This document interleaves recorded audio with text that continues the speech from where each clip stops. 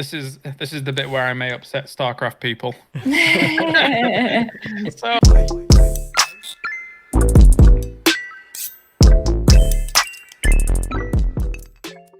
So, welcome to another episode of Esports and Content Creators. This is week number 3. I'm your host, and my name is Chillrogg. If this is your first time here, Esports and Content Creators is a show about the people behind the gaming industry. Each week, we invite a creator or esports professional and discuss with them what inspired them to get started, where they are in their career now, and their vision for the future of gaming. As always, I'm joined by my lovely co-host, Sidkitten. Sidkitten, what's up? How you doing? It's me, Sidkitten. Thanks for joining us today. So this week, we are really fortunate to be joined by Kaelaris. If you don't know who Kaelaris is, you're crazy.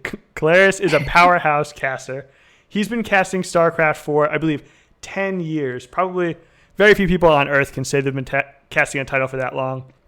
He's a big PUBG caster also. International events. He's been doing a lot of cool stuff in that space recently. And of course, if you're a fan of this channel, probably you know about Heroes of the Storm. He was one of everyone's favorite HCC casters from the good old days. Kaelaris, what's up? Welcome to the show. thank you very much for having me. Pleasure to be here, and thank you for that lovely intro as well. Yeah, for sure. So, I guess today in 2021, it's kind of a no-brainer. Someone says, "Oh, you're a big esports caster." Okay, that's great, but that's an amazing career. But in 2010, when you first started, it might not have been so clear-cut. 2010, somewhere in that area. How did you decide to get into casting? It's so a bit of a short. I'll try and make this as short as possible because it's a bit long. As you say, the landscape was very different back in 2010. And I was at university in England back when I was, let's say, 20-ish, and I actually met a girl on World of Warcraft when I think it was playing the Burning Crusade or something like that. And that girl happened to live in Finland. So we got talking, blah, blah, blah. Eventually we started dating. And then I actually moved out to Finland for that reason.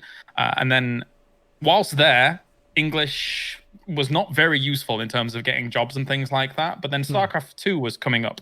And I kind of regret not getting into esports earlier because I'd kind of watched some Starcraft 1, some Warcraft 3, a little bit of Counter-Strike, but nothing really too major.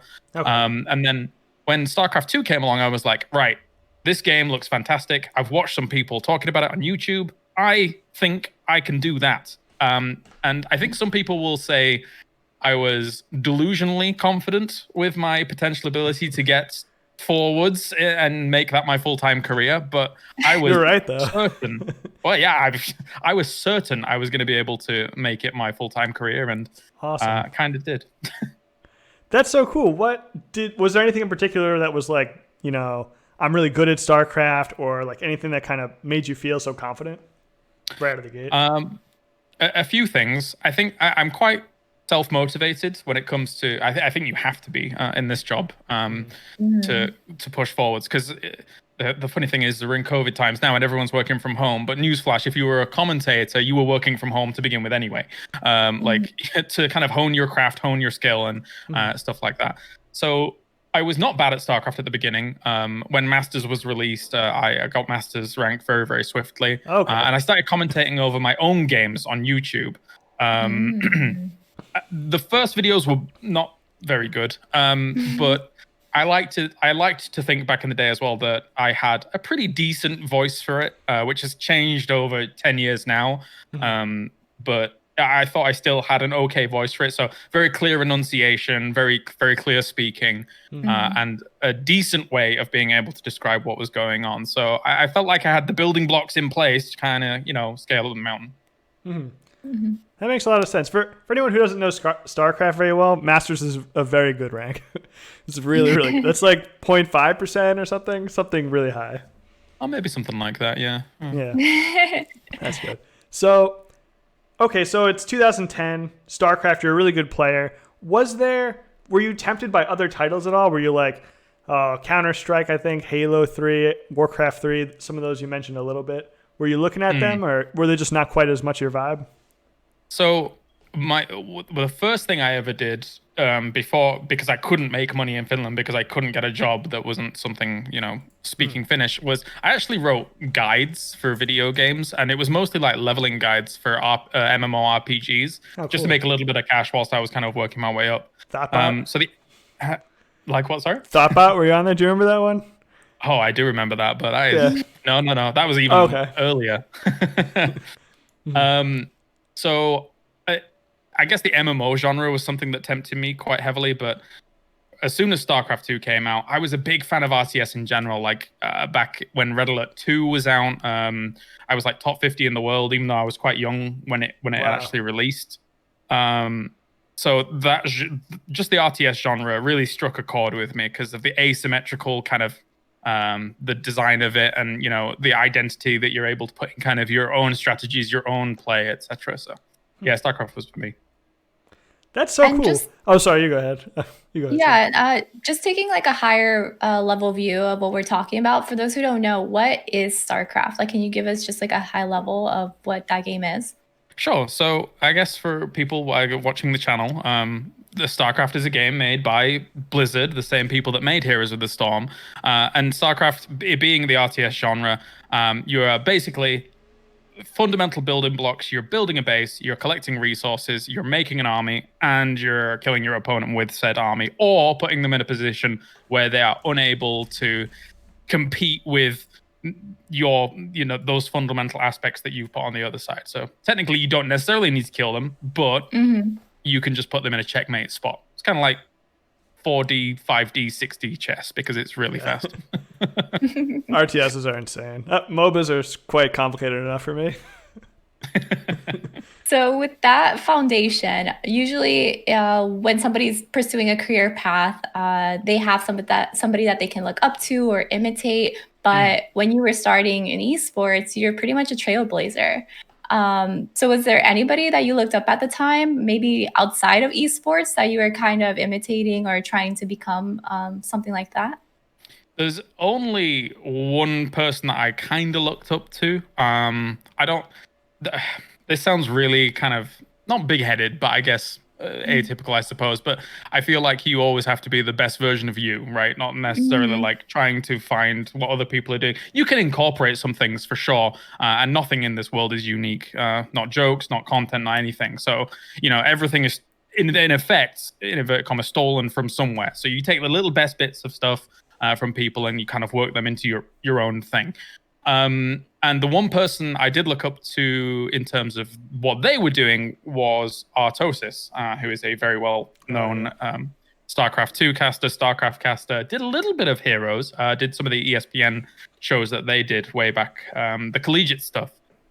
He was on some of that. So, but he's very, the way he formulates ideas was very good, very clear. And I really appreciated that. And I really liked that. So I tried to, put some of that stuff into my own thing. And now it's funny because, you eventually, these people were like, wow, that guy's really good at this. And then you eventually get to know them. And now he's a very good friend. And it's very nice.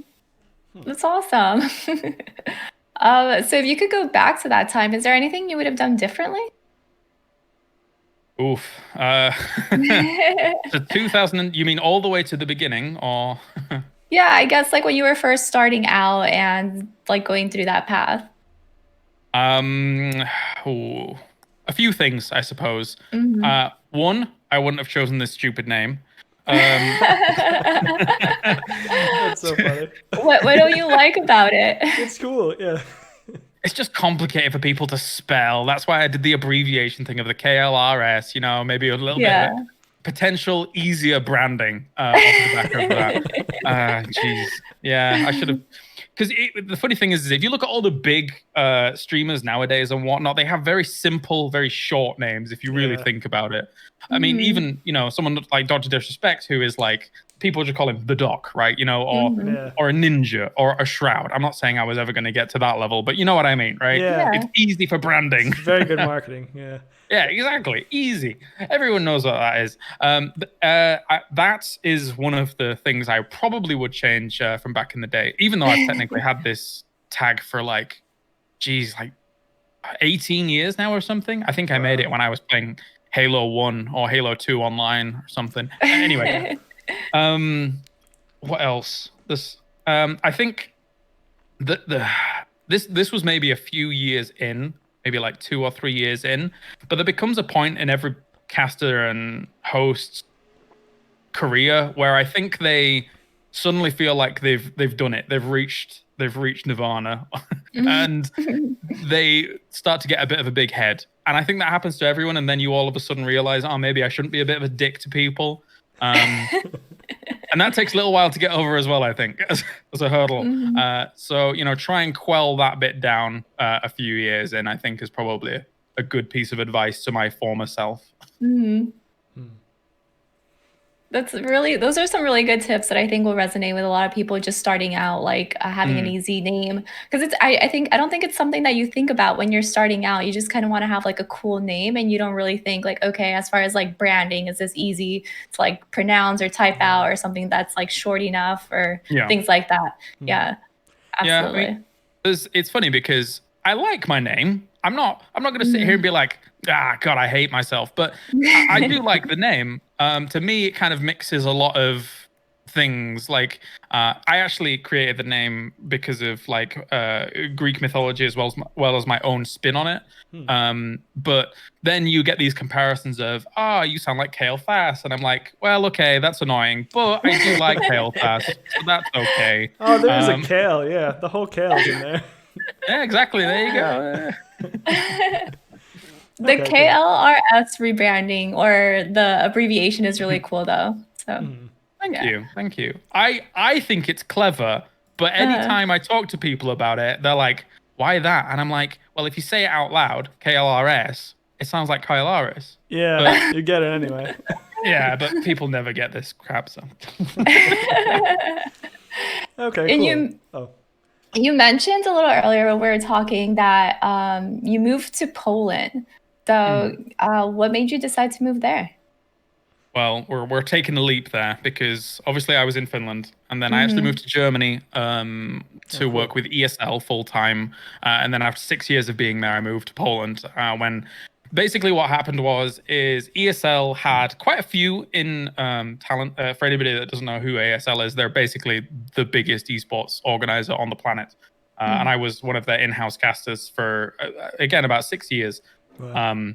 Alongside D-Man, if anybody knows him from League of Legends. He did some Counter-Strike and some other stuff.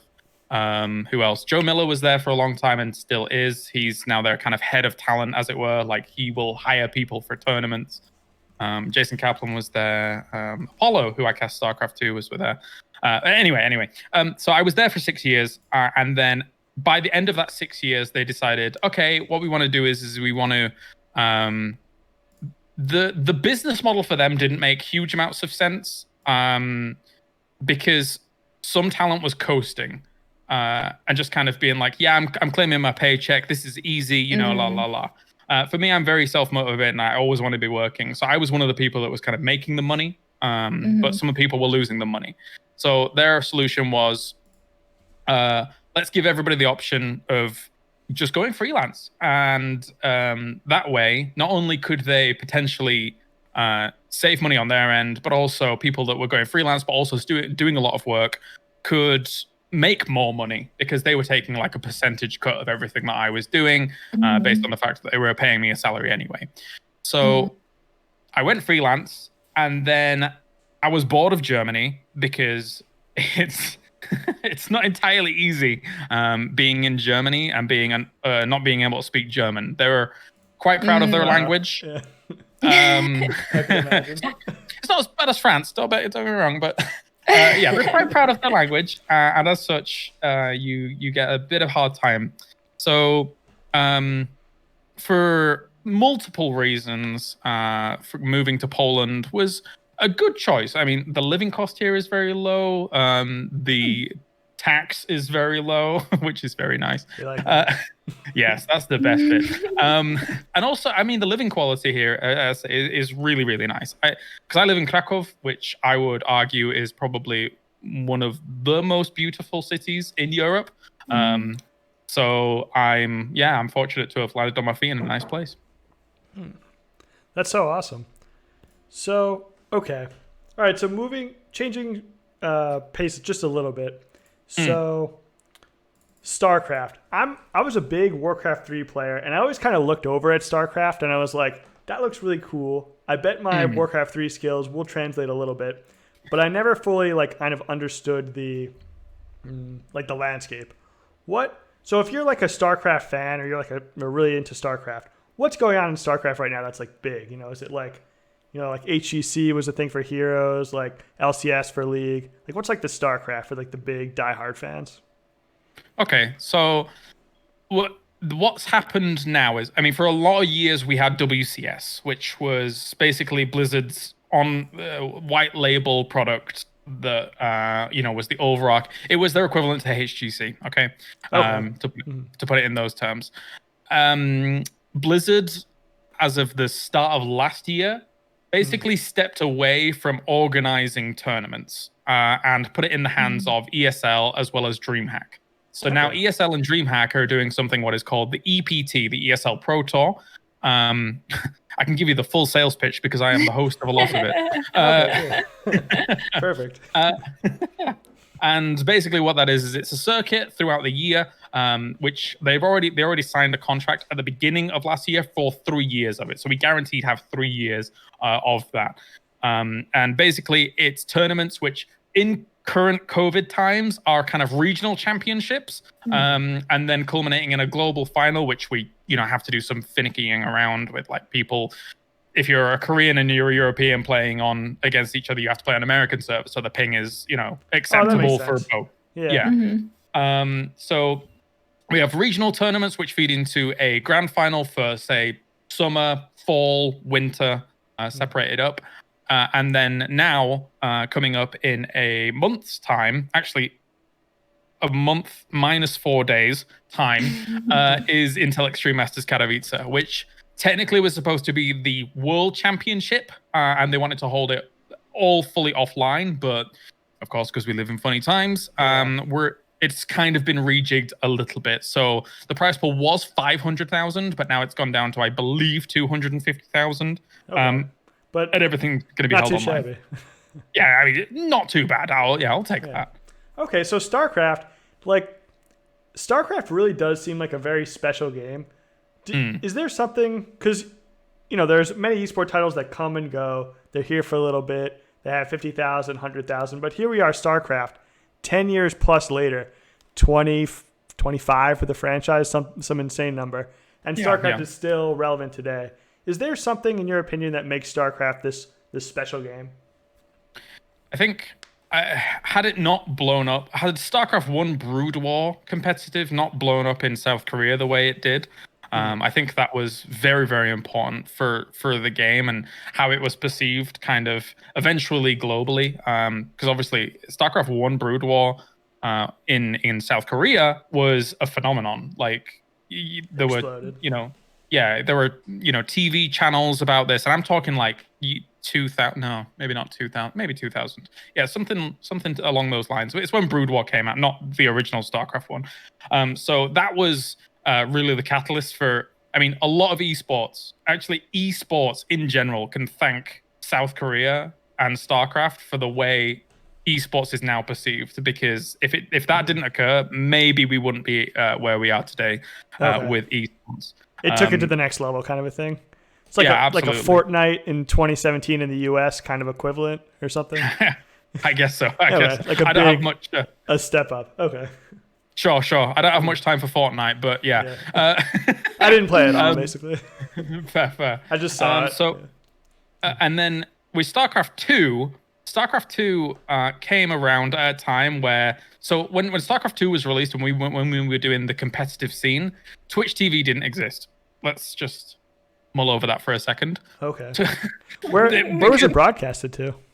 So you would use things like Octoshape, which was a a horrible download client thing. And then eventually Justin TV, which was the original Twitch TV. I've heard of that. Wow, Yeah. I remember that. Yeah. That's crazy. I love that. Named after the creator Justin, who then went on to form Twitch TV. And originally that website actually was just for him to broadcast his life, but then it became a bigger thing. Wow. So Starcraft 2 Esports came at a time where it enabled Twitch TV to exist in the capacity that it did. If Starcraft 2 Esports didn't come around at the same time as Twitch TV did, I don't know if Twitch TV would have been as successful as it was. It's a weird, this sounds all pie in the sky maybe to you guys, but trust me when I say that back then it was very important for these two things to go hand in hand, because we were getting some big audiences back in the day. Obviously, you know, other esports came and took us over, which is totally fine because the space has grown so much. But Starcraft was very important to the overall Twitch TV position. Wow, that does sound like kind of the thing, like a kind of thing where all the stars aligned like together. Like this amazing esport came out, it's very popular. Now at the same exact time, there's a new place to broadcast it. Kind of sounds like it all aligned nicely. Yeah, definitely so. Yeah, that's really cool. So since that time, I guess we've had a lot of StarCraft events, and StarCraft has exploded, obviously, and grown and grown. Looking back on it now, what is your biggest like moment or your most hype StarCraft casting experience?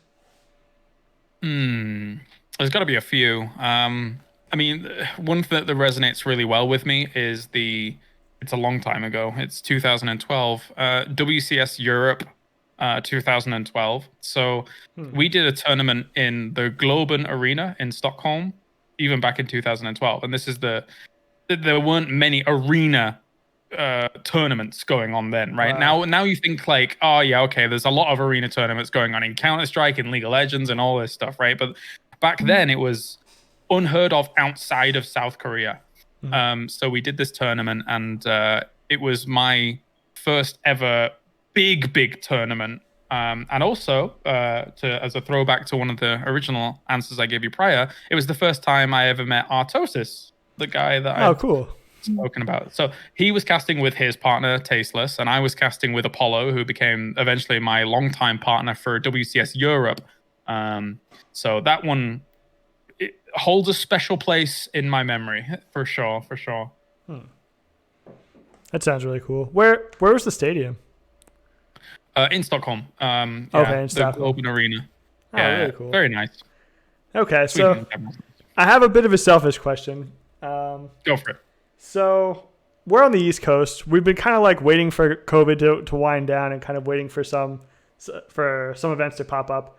Do you think there'll ever be a StarCraft East Coast tournament? Is that in the future? Okay, so there. Let's think, because when they were planning out the WCS circuits and when they were planning out like the EPL circuits, I think a lot of things were like, we're going to Montreal, we're going to Austin, we're going over to Burbank over on the West Coast. There were some tournaments by Red Bull, I think Washington Battlegrounds it was called or something like that. If I'm thinking about the right Washington, I might not be. Yeah. I'm not an American. I'm sorry. The funny thing about that is that a lot of Europeans are like, haha, Americans and your bad take on geography. But let me tell you, Europeans have no clue where a lot of things, unless it's East Coast or West Coast exclusively, nobody knows in Europe what's in the middle of America. So you can fire back at them. Nobody in America. A lot of people in America don't know either. Oh, well, okay then. There's a lot of states in there. 2-1 for you guys. Yeah. I think it would be nice to do something East Coast, especially since there's a pretty decent time zone as well. Like, when you do like West Coast tournaments, all the Europeans start complaining because it's like really, really late or whatever. But East Coast is kind of nicely in the middle. I like East Coast.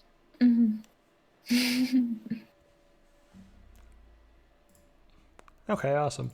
Sid, did you wanna jump into the PUBG section? Yeah, so actually, Mountain, I'm kind of known as like the FPS like fanatic. That's more of like my thing. aside from like World of Warcraft, which I love. So I have to get into your career in PUBG. So you're mostly known for shoutcasting RTS games and MOBAs, which we talked a little bit about. So how did you make the jump into PUBG? So I have a slight advantage, I think, because when I was working at ESL, obviously that same headquarters over in Cologne, Germany, was the headquarters where they organize a lot of the tournaments, right? So PUBG comes out 2017, maybe the beta was a little bit earlier, and I go over to an office on the other side of the building and say, I want to cast PUBG. And they said, okay. That's amazing. Okay, that's a very simplified version. But the point is that I think when I was doing Starcraft, and then when I branched out to doing Heroes of the Storm, and I did a few other smaller projects for ESL, I think I earned a reputation with some of the project managers and stuff like that of being a very reliable set of hands, as well as being a hard worker. Because transitioning from game to game, especially on a broadcast standpoint, playing, I can only imagine, at the very top level, what it would be like to transition to those games. It would be insane. But from broadcast standpoint, it's still a lot of work. I almost swore, but it's a lot of work. So they understood that, like if I ask for this, I'm going to put in the work in the back end, and make sure that A, I'm playing the game a lot, B, I'm researching all the teams and stuff like that. So I said to them, I want to do PUBG. I think it looks really cool. I really want to do it. And I'd already shown that I can do multiple genres. They said yes. And then the first tournament I went over to host was the Intel Extreme Masters Oakland that we did, which was the first big proper PUBG LAN. And then I've kind of been a mainstay ever since, I suppose. I've cast and hosted every single one of their global championships and most of the big LANs, most of them. So. Mm-hmm. So would you say it was not hard for you to transition into the FPS space after being so like deep in the weeds with MOBAs? I wouldn't call it hard, but I would call it a lot of work. Like so a lot of people, I suppose, look at this job and they probably think to themselves, talking about video games, no problem. And just kind of, you kick back, you turn up at the tournament, and then you just cast or host. And it's not really my mindset. My mindset is a lot of, all right, I am sitting in front of my computer all day, probably not all day, just most of the day. And I have 3 streams open at any given time. I'm taking a lot of notes and I'm figuring out, let's take PUBG, for example. I'm watching, the Korean scene. I'm watching where Africa Freaks is rotating on Erangel.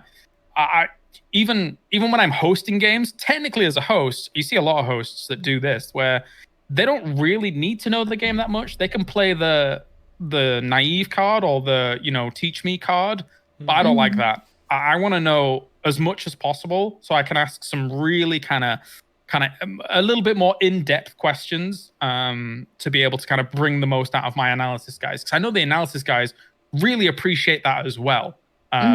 As opposed to, that's a cool gun, isn't it? No, they want to, they want to talk about the splits on the drops. They want to talk about like why rotating this way and north into this circle is far better than rotating west into this circle. These kinds of things.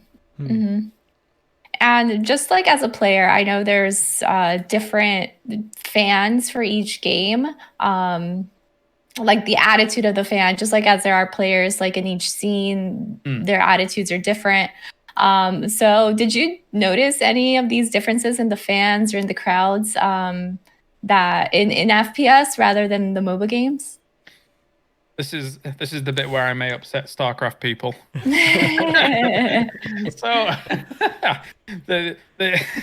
in Starcraft, if you're a Starcraft person, you're a Starcraft person, and that's kind of it, apart from a small subsection of that fan base, right? Like and it's if you like other games, for a lot of Starcraft people, they're kind of like, no, what are you doing, lol, what are you playing over there? Like, No. So that was actually one of the reasons I kind of diversified myself a little bit, because I'm like, yeah, okay, I really like all my StarCraft people. They're all awesome, but I do like other video games too, you know? So I went and, did some Heroes of the Storm. And I think even when I was doing Heroes of the Storm, I think maybe, some of my StarCraft people thought, yeah, it's just a silly MOBA, who cares? But it's a very fun game with a lot of depth. And I think people don't get that appreciation of depth. And then in Heroes, I think that the audience was very welcoming, pretty casual friendly, whereas StarCraft's audience is a little bit less casual friendly. And I think, we through Heroes met a lot of great people that, had some, great senses of humor, some really good content creators too in Heroes of the Storm. And then in PUBG, the audience also feels quite welcoming, I want to say. There definitely is a hardcore contingent, but one thing about the PUBG pro base as well as caster base is everyone is very tight knit, but not to the point where we're we fend off newcomers or whatever and things like that. Very tight knit in the sense that they are very organized. I think you have to be organized in that space, because if, for example, if pro players are organizing scrims, you need 64 players to be all on the same page to be able to organize one scrim. Oh, that does make sense. Yeah. Yeah. So you get a lot of people on the same page. And because of that, they're very well organized, very communicative with one another, etc. Not quite the same as a 10-person scrim in most other games. Yeah. So you did touch upon Heroes of the Storm, which Chili Mountain has a team participating in CCL, which they also just announced season 2, which we're really excited about. So, Chillrogg, do you want to go ahead and take this? Yeah. So I'm a big Heroes of the Storm fan. I was super into it. I was watching the HGC. It was kind of a time in my life when I had a lot of time. I was in law school, so I was kind of just like grinding it in school, coming back, watching and playing some HOTS and whatever. So how did you, when you first got, into HOTS, what got you into the Heroes of the Storm space from StarCraft? How'd you make that jump? All right. So 5 minutes ago, I said, I walked over to an office and I said, I want to do PUBG. And 4 years prior to getting into PUBG, what I did was I walked over to an office and I said, hey, I like the look of that Heroes of the Storm game. That's amazing. And they said, okay. No, but again, actually, there is a slight difference to this one, which is this was my first big shift, right? This was my first foray into something a bit more serious than just doing a one-off event. Like, for example, I'd done one-off events in Clash Royale. I did their first, big tournament in Helsinki with Supercell and things like that. But this was me dedicating a decent portion of time to Heroes of the Storm. So some of the reasons I moved was actually kind of I was living in people's shadow a little bit in StarCraft. Let's go back to Artosis, for example, in StarCraft. Artosis and Tasteless were the casters that would always cast the final, right? I wanted more. And if you just did StarCraft alone, there was never really a moment where you could ascend to that point where you're like, I want to be doing the final. So I looked for other opportunities in other games that I enjoyed. And Heroes was definitely one of those. And I felt like, maybe I could ascend to that top spot once again. It turns out I did go to all the big tournaments. So that was very good and probably the right choice in its sense. But it also gave me a lot of confidence about my ability to diversify and my ability to be able to go from game to game and just be like, it doesn't matter what you put in front of me, I'm going to be able to nail it with a lot of hard work on the back end. So that was very important to me. Probably the most important part of my career, I want to say, because it gave me that boost. Yeah. Sorry, go ahead. Sorry, just interjecting here. So you mentioned diversifying in your career. Why do you think that's important? Longevity, I think, as much as like StarCraft, and also it depends what you want in life, right? So for me, I'm an all-round gamer. I will play any genre, have a lot of fun, especially if I'm playing with friends.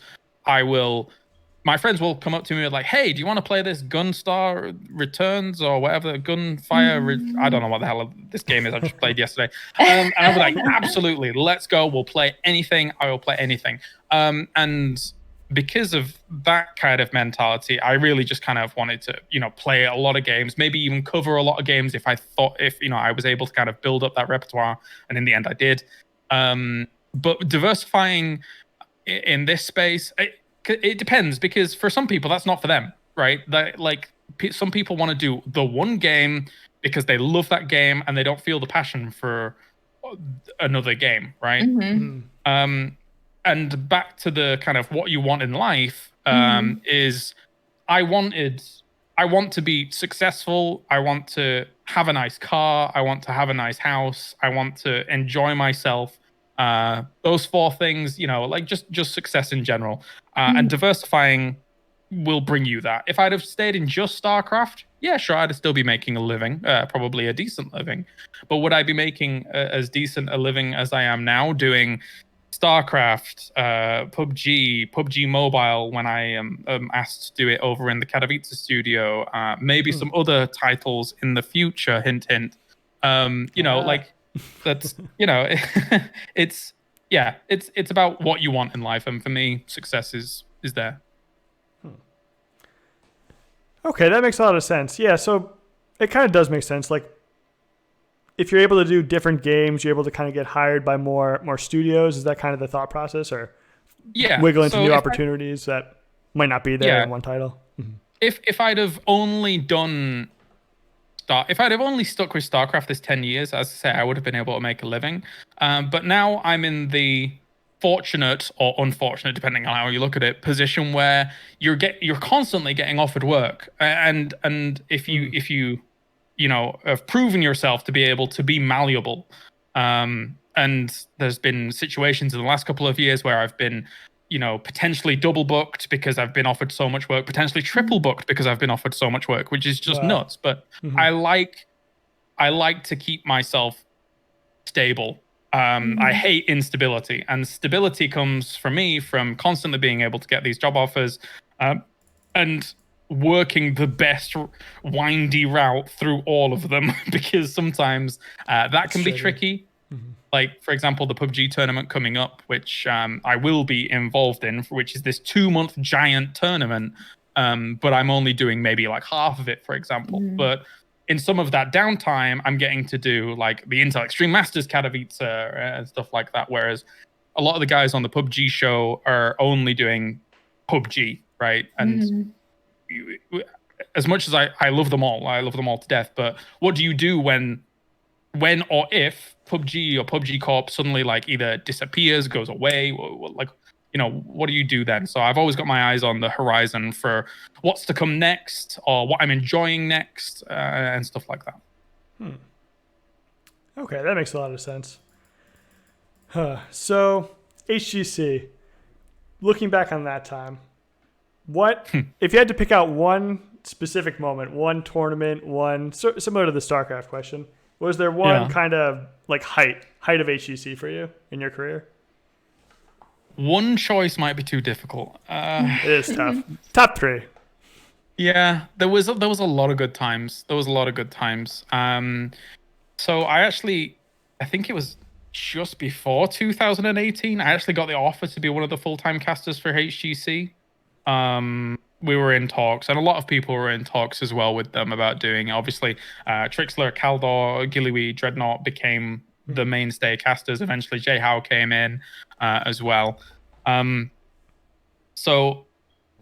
I basically said no to the offer because I believed it was too little money to live over in California, because California is really expensive. And why would I go from living a very comfortable life in Germany with the money I was making there? Like, actually, I should preface all this with, as much as I do have passion for these games, and as much as I do just love them and want to do them because I want to do these games, also this is a business as well.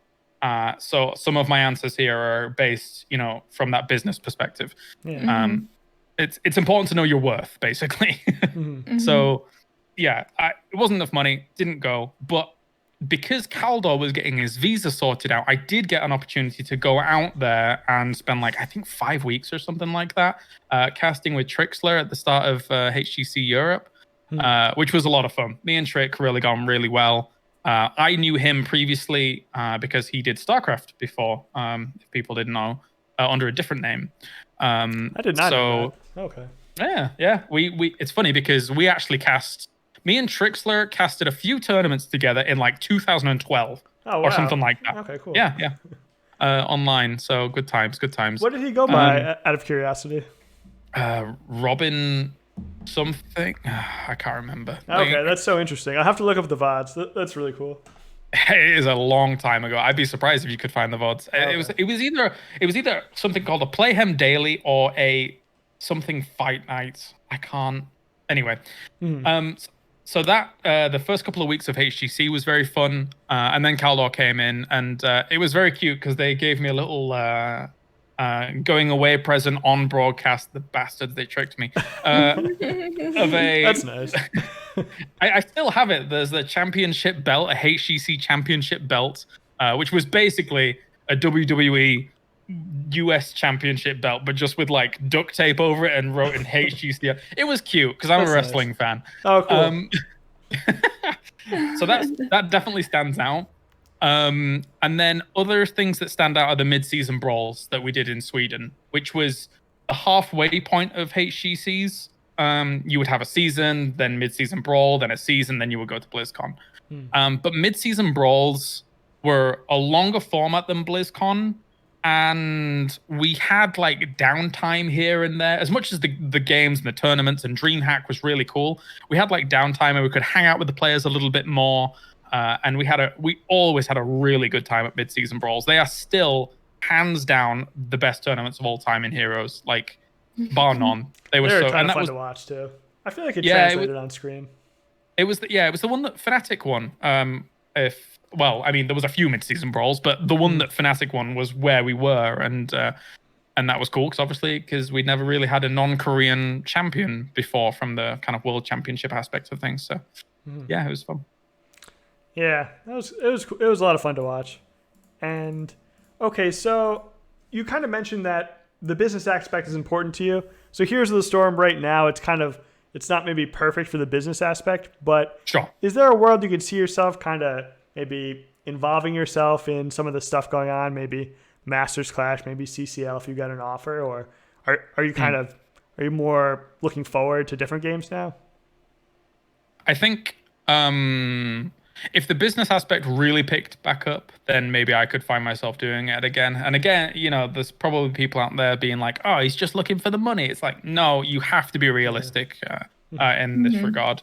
And if I'm making more money on another game doing this, like that I'm enjoying. And, if I enjoy two games equally, which one am I going to go with? The one that pays me more money or less money? I don't know. Yeah, that's a really important part of the equation. Yeah, of course.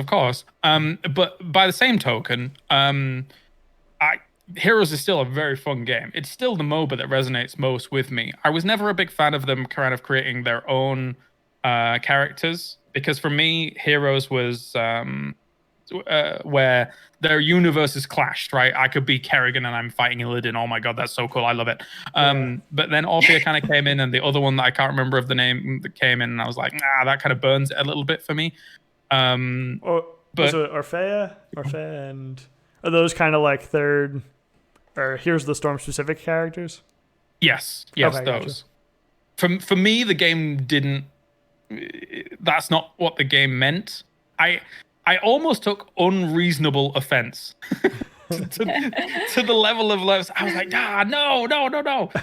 Give me, because back in the day, something like Deathwing wasn't in or Hogger wasn't in and stuff like that. I'm like, why are you putting these characters in when these guys are in? This is ridiculous. Anyway, sorry, I'll calm down. I'm totally with you. I could get on that train as well. So there was that, but I still enjoy Heroes. But it's still a great game. I think, to answer the actual question and not go on my silly tangents, which I seemingly am going on every one of your questions, so I apologize.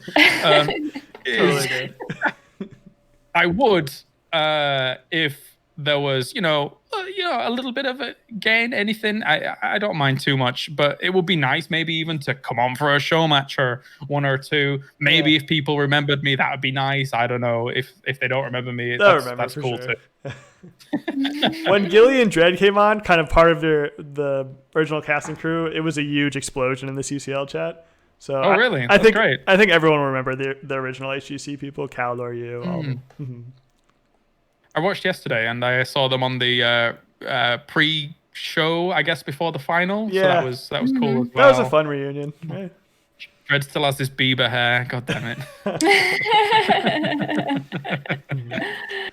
I do have to say, I totally agree with you, though. Like, there's still like tons and tons of heroes that they haven't put out there yet. So I agree. The kind of the Kira, the Orphea. I mean, the content is great for sure. I like it, but I would like to see like whatever, more Dreadlords, more of those heroes. So that's cool. Yeah, sure. Yeah. So a huge list I could pick. Yeah, like 20. So there's some Heroes of the Storm news going on. Some really big stuff. If people haven't heard of it. So Masters Clash, if anyone hasn't heard, it's a big LAN event that's going to happen in France. So that's kind of cool. Mm-hmm.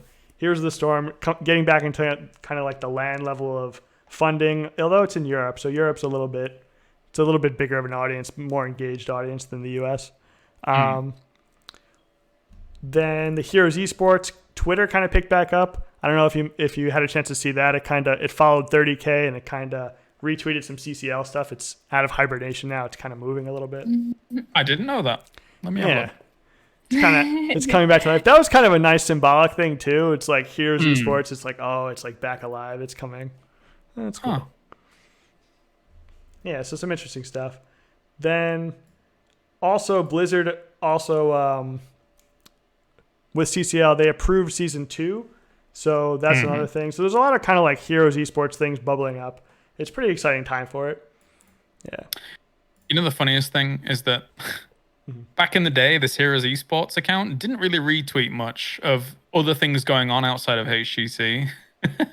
Yeah, it was kind of like, I feel like it was just broadcasting HGC, like news and that kind of stuff. Well, so this is a pet peeve of mine, but like there's a lot of Twitter accounts that end up being set up, which are basically, this game, then esports, right? Like they're their own specific esports Twitter accounts. And League of Legends started this a long time ago, like, I don't know, maybe like 2014, they have like 15 or 50 something. accounts for League. Yeah. But like, for me, what was always annoying was when I would like talk to Blizzard, for example, about this, and I was like, so why did you make this account? Because you were previously tweeting on an account like at Blizz Heroes, for example, that had like 300k followers. I'm like, so why did you make this again? Why didn't you just tweet on Blizz Heroes? And they were like, well, we don't want to annoy our audience. Maybe they're not into esports and stuff like that. Maybe we don't want to do that. And I'm like, mate, you are missing one of your golden opportunities to cross-pollinate your casual audience with your hardcore audience. Like, maybe like somebody will come and look at this and then be like, oh, maybe I should check that out. I am playing that game. I really doubt that people were being highly annoyed. Like Starcraft has it now, Heroes had it. None of that. Just tweet it out on your normal thing. That makes a lot of sense. I didn't think about that, but they're just missing out on hundreds of thousands of people. Yeah, because what? They think that people are annoyed? I'm like, come on. That actually annoys me too, because then instead of just following like one League of Legends account, I have to follow like 5 of them. And I'm like, I don't know which one's like the legit one that is going to give me all the info. So I have to like follow all of them. And I'm like, I guess like LCS, LC, LCK, all these acronyms. Yeah, exactly. Yeah. So we know you're a really busy man, as you were talking about earlier, and you have a lot of things in the works that you may or may not be able to tell us about. But what do you have coming up that you can tell us about? Anything that you're like breaking into, or any projects, anything like that? So I guess, as much as these things have not been announced, it's it's basically a foregone conclusion, I suppose, that someone like myself that has been involved in all of the championships for like PUBG and stuff like that would be involved in the PGIS coming up, which is, again, is that 2-month mammoth tournament that's going to be happening in PUBG. All the players are out in Korea right now, South Korea. They've been isolating in an isolation hotel for 2 weeks. So they're actually going to be able to play that offline, which is really, really cool. Apart from some of the like Chinese teams, etc., who are, I don't know, have complications about traveling. But they are playing from like controlled environments too, which is nice. So that's going on. There was the potential that we were going to be offline for that as talent. However, we are going to be online for that, I believe. And then Intel Extreme Masters Katowice is coming up as well, which I am still the only talent to ever work every single Intel Extreme Masters Katowice, and I'm very proud of this fact. Wow. That's so nice.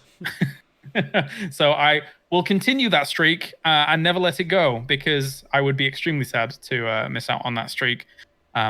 So we've got that coming up for StarCraft 2. And then in this next 2 months as well, I'm doing another game, which I have never done before, but have watched for a long, long, long time.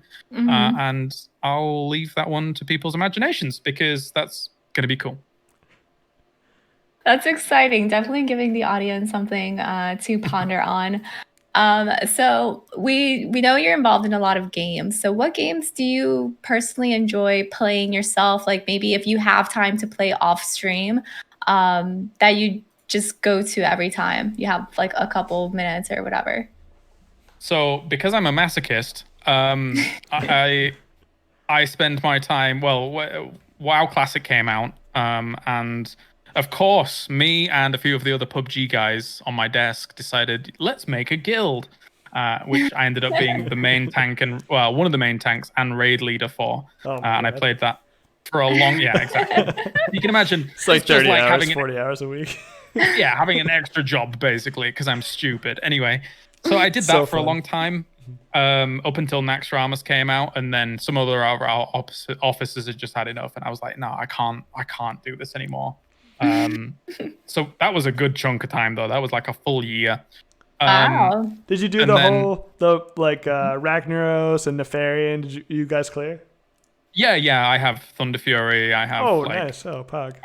Tier 2.5, all this stuff, and yeah, my character is kitted, and it's just sat there doing nothing now. So, and then Shadowlands came out, so I'm playing a lot of Shadowlands, which of course I am a guild leader and raid leader there as well. Wow, how do you have time for this? I don't know, especially since I do like 3 or 4 games as well in terms of esports. I don't move from my PC, is how I'm going to frame it.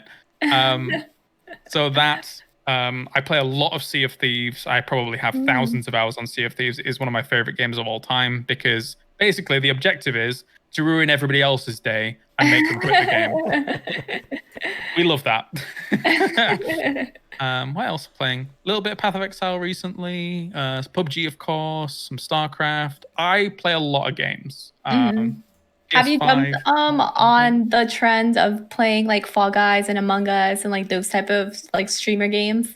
I played Fall Guys a little bit because it was really, really fun, and it was just, a jump in and play kind of thing. Among Us, I didn't play that much of. I played a few games of it, but to me, I don't know if you've heard of this game, but it's kind of just a very simplified Space Station 13. I don't know if you've heard of this game. I haven't, no. I don't know. Okay, so it's an extremely it's a bit of an older game, and it's hard to kind of get into at the beginning, but basically Space Station 13 is like Among Us for adults. Not putting down people that are playing Among Us, of course, they can play what they want, but there is so much more intricacy, so many more things that can happen. Just really crazy stuff, like somebody didn't take care of the core, for example, and it melts down and causes a black hole to form in the middle of the space station, or aliens suddenly invade the space station completely, and you've got to go and find their nests and kill them off. And yeah, it's an interesting game. Have you tried out any like VR games? Yes, I do have the most recent Oculus. What's it called? I have the Rift S. I don't know if that's the most recent one. Is that the there white might be one further one. That's the one where you have to plug it into your PC though, and you get a little extra juice. Okay. No. I don't have that one. I do have that one because I got given it when I was doing a VR tournament once. Oh, cool. And I agreed to do the VR tournament because I was like, "You're giving me a free headset. That's sick." That's awesome. So then I have the newest wireless one, and I like a lot of Beat Saber and the Star Wars games and stuff like that. They're very, very fun. Oh, no. Is it the Star Wars one where it's like lightsaber and you're like training mode and all that? Yeah. It's fun. Yeah. Oh, so addicting. I love that one. Very cool. So it seems like you're really like true to your word. You're very diversified in the games you play as well as the games you cast, which is always a good thing in my eye. And just to like round out our talk with you, where do you see esports 10 years from now? Oof, 10 years. Oh. Yeah.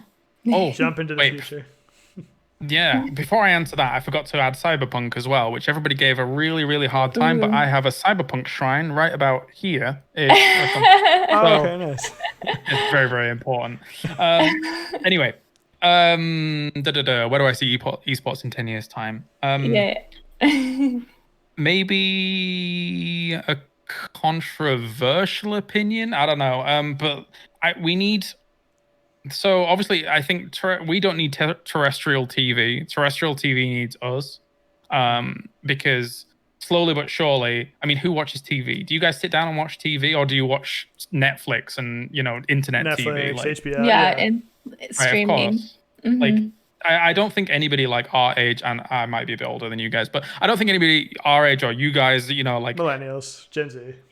We don't really watch terrestrial TV anymore. It is dying, in my opinion. It is not on death's door, but because we have so many generation above us that are still alive. But when they're gone, then I think that we will kind of dominate that space if it exists at all. To be perfectly honest and perfectly frank, so there'll be more esports coming out in the future, and a lot of people talk about esports bubbles.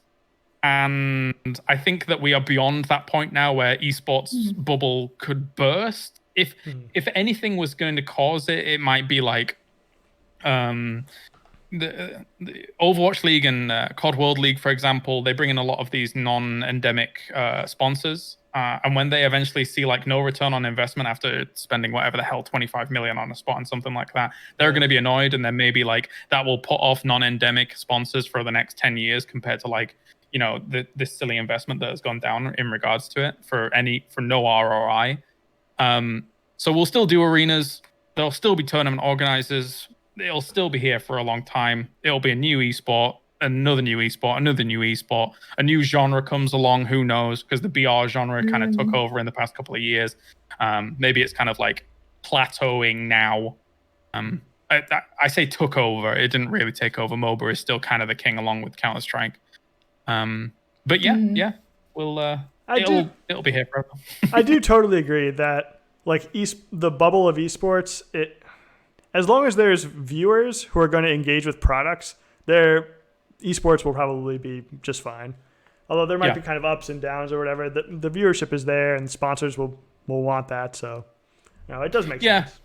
I mean, the thing is as well is like, do you think something like Twitch is ever going away? Not really, right? Like, and if that is existing in parallel with whatever is going on in like the esports space, or I mean, even a lot of esports on YouTube get a pretty decent coverage in terms of like numbers now as well. Maybe not Hearthstone, they were having a hard time. Let's not talk about that. But brush it under the rug. Some other esports were having an all right time on YouTube as well. So all these companies are only going to try and compete with one another. Esports is always something that people are gonna want there because it is our sports equivalent. So yeah, we're doing all right. We're doing fine and dandy. Yeah, that makes sense. Okay, so Kaelaris, thanks so much for joining us today. It was really awesome having you. Anything particular you'd like to shout out, or where can people find you? I guess my Twitter as well as my Instagram, literally everything is /Kaelaris, Kaelaris, because I have to spell it because people hate trying to spell it, as we talked about at the beginning of this show. And also, I guess you can type in KLRS and it will come up wherever. So yeah, Instagram I really should grow, but I don't know. I'm kind of disillusioned with social media, to be honest. But I should get back on that train at some point. It's like chores. That'll be useful. Yeah, kind of. Social media chores. Just gotta push it out. Yeah. Sidkitten, where can people find you? Hey guys, so you can find me at It's Me Sidkitten on all my socials: Facebook, Twitter, Instagram, TikTok, YouTube. It's me Sidkitten. Yeah, and then you can find me at Chillrogg, pretty much all social medias, Instagram, Twitter, YouTube, Twitch, CHILLROGG. Thanks a lot, KLRS. It was really awesome having you here today. And pretty much thanks, guys, and you can catch us here next week, same time.